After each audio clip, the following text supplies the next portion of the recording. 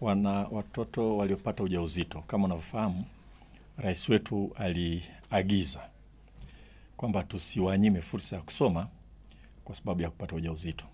Elimu ni ufunguo wa maisha. Hasa mwanafunzi kwa chochote kilichotokea akapata mtoto kaanzisha maisha afu na mnyima maisha, na kwa sio vizuri. Sasa takwimu kamili ya sasa hivi siwezi kuzisema. 10,300. 10,300.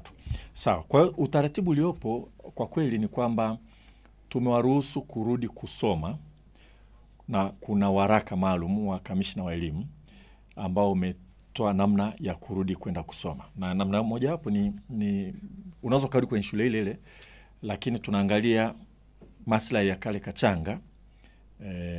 Kamenyonya kwanza, kamefika mahali fulani, unarudi alafu unaendelea kusoma. Wengine wanapenda kusoma, kwa mfano pale Turiani Dar es Salaam, shule hawachanganywi katika na wale wenzao, wana madarasa tofauti. Wengine wanapenda kwenda FDC, wengine wanasema taasisi ya elimu ya watu wazima. Lakini kwa jumla nimeambiwa sasa hivi imefika 10,300. Kwa hiyo ni hatua kubwa, lakini tuna kazi kubwa kuendelea kuhamasisha, kwa sababu wakati mwingine resistance inatoka kwa wazazi, wakati mwingine inatoka kwa walimu. Wanaamini kwamba wakirudi watasababisha wengine na wenyewe waone kwamba kupata ujauzito sio jambo la ajabu, ni jambo la kawaida. Lakini tumefanya utafiti, na utafiti huu umelinganisha kwa mfano Tanzania bara na Zanzibar. Zanzibar hawajawahi kuwanyima fursa ya kusoma. Hatujaona kama kwa ruhusu kurudi kumuongeza ujauzito mashuleni. Na tumebenchmark na nchi nyingine. Nadhani Ghana na kadhalika, ile timu waliofanya. Na napenda kuhakikishia wazazi, walimu na jumuiya kwa ujumla wake, hatujaona mahali pengine pote kwamba mtu amepata ujauzito alivyorudi kwenda kusoma amesababisha watoto wengine wengi kuwa na wimbi la kupata ujauzito. Kwa hiyo sisi wote tupokee vizuri haya maelekezo, tuwarudishe hawa, kwa sababu tuna mifano mizuri. Tulifanya ile siku inaitwa nini ile? Siku ya mtoto wa kike duniani, na tulikuwa na ile testimonials, ushuhuda.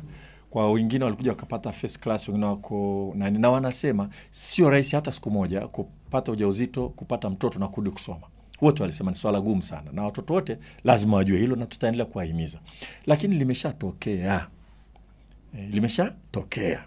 Likishatokea tusiwanyime, na ningependa kurudia hilo, na tutatafuta namna labda ule utafiti tuje tukae na maafisa elimu wa wilaya na mkoa tulizungumze hilo, kwamba tunaendelea kutoa elimu na kuhamasisha watoto wajilinde. Na wakati mwingine sehemu nyingine changamoto inakuwa hivyo, kwa sababu sheria inasema umemtia mtoto ujauzito, kwa wewe unaenda kufungwa. Kwa hiyo kunakuwa na attempt ya kukimbia, kuficha na vitu kama vile. Na yote tutajifunza namna kuyatatua. Cha muhimu, hatutaki watoto wapate ujauzito wakati wanasoma. Hiyo namba 1. Lakini hatutaki eti imeshatokea basi wewe unamkondemu huyu mtu forever and ever. Fursa zipo na serikali inafanya kazi.